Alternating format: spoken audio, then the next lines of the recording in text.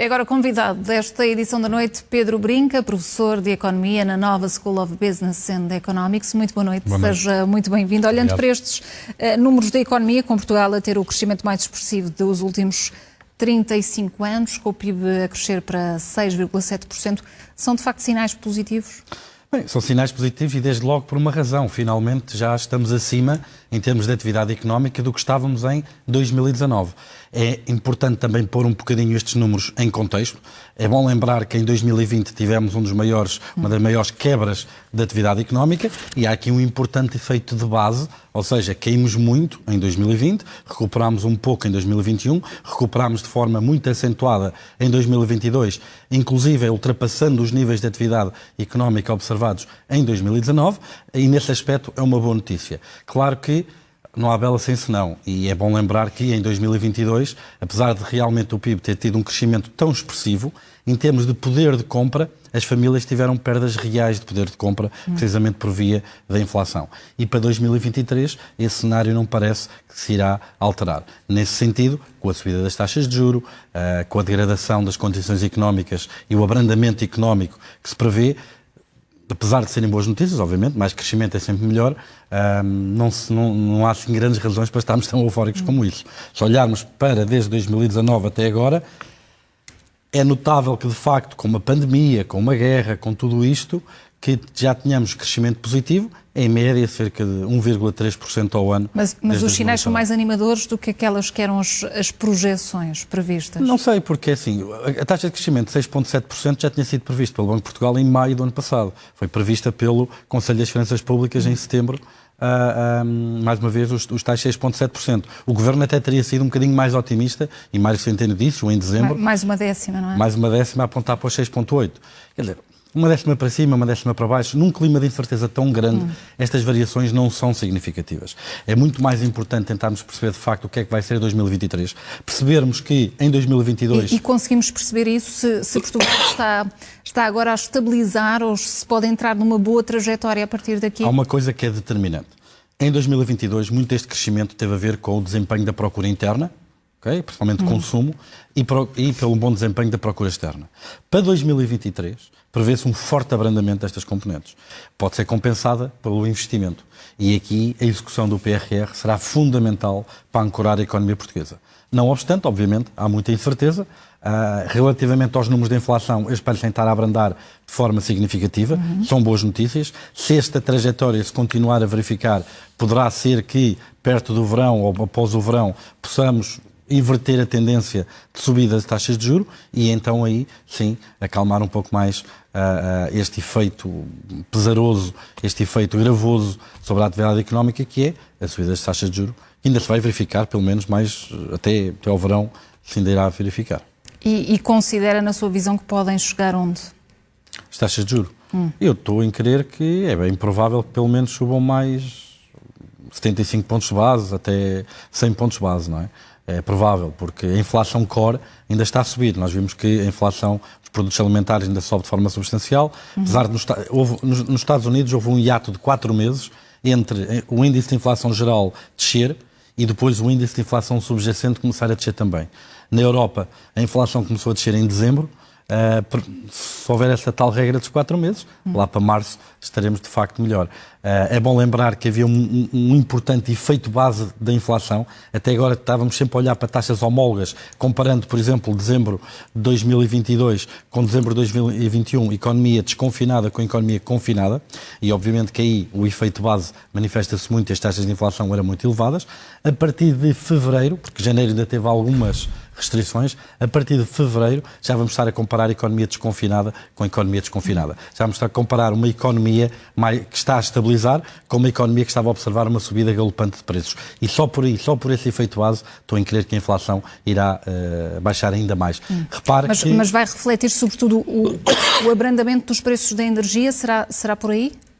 É assim, eu não sei se a energia poderá baixar assim tanto mais, não é? O que eu sei é que na parte da alimentação, dos bens alimentares, aquilo que se chama de inflação core, que exclui os bens alimentares e a energia, essa sim terá que abrandar para que este movimento se sinta. Lembrando que a energia baixando, apenas 30% da energia entra no consumo direto das famílias, 70% entra de forma indireta através da produção de bens e serviços que depois são disponibilizados ao consumidor, e por esse caminho há sempre um hiato temporal que demora a que a transmissão de um preço mais baixo da energia se manifeste depois em preços mais baixos dos produtos finais. Com estes dados, o Primeiro-Ministro considera que há aqui um incentivo de confiança e de ânimo para os agentes económicos. Consegue ser assim otimista, tão otimista também? Eu sou bastante otimista relativamente à inflação, aí sou. Se calhar por ser novo, ainda estar muito, se calhar, agarrado aos livros da escola, do ponto de vista daquilo que é a teoria económica que nós damos na escola. Não há razões para acreditar que a inflação se mantenha por valores como estamos a observar agora, nem nada que se pareça. Relativamente aos números do PIB, as coisas, se calhar não estou tão otimista para 2023, precisamente porque ainda vamos ter subidas pronunciadas de taxas de juros. Acho que ainda vamos ter que ter mais intervenções em termos de pacotes de ajudas, porque, repare, mesmo no imobiliário, é provável que venha uma correção acentuada dos preços do imobiliário.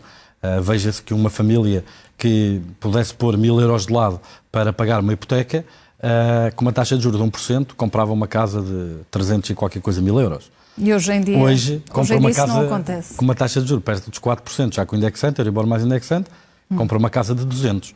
Quer dizer, está a haver a correção em termos de capacidade, disponibilidade para pagar, que nós estamos a falar. Para muitas famílias, o efeito da inflação será, inclusive, até inferior ao impacto que estas subidas de taxas de juros está a ter. Haverão, de facto, muitos casos em que nós poderemos ter que intervir. A economia espera-se que abrande, o desemprego já está a acelerar um bocadinho. Vamos ver. Pegando aqui na taxa de desemprego, que subiu em dezembro, não era tão alta há 19 meses.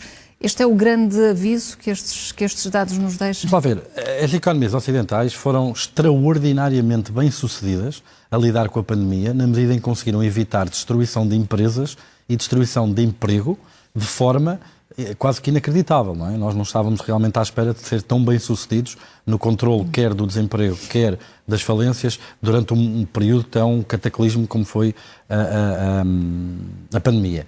Não obstante, as taxas de desemprego estão em níveis historicamente baixos, não é? O Banco de Portugal já previa, se não estou em erro, em maio do ano passado, que a taxa de desemprego pudesse subir em 2023 até meio dos 7%, até 2024 8%. Com algum abrandamento económico, é normal que a taxa de desemprego dispare um bocadinho. E isso será mais uma razão de preocupação, porque obviamente com a subida da taxa de desemprego vem a deterioração das condições sociais das famílias. E são mais de 300 mil pessoas sem trabalho. Exatamente. E pode levar a casos de privação bastante extremos que merecem e devem ser alvo de políticas dirigidas, cirúrgicas, que não combatam as políticas do Banco Central Europeu, que não nos enganemos.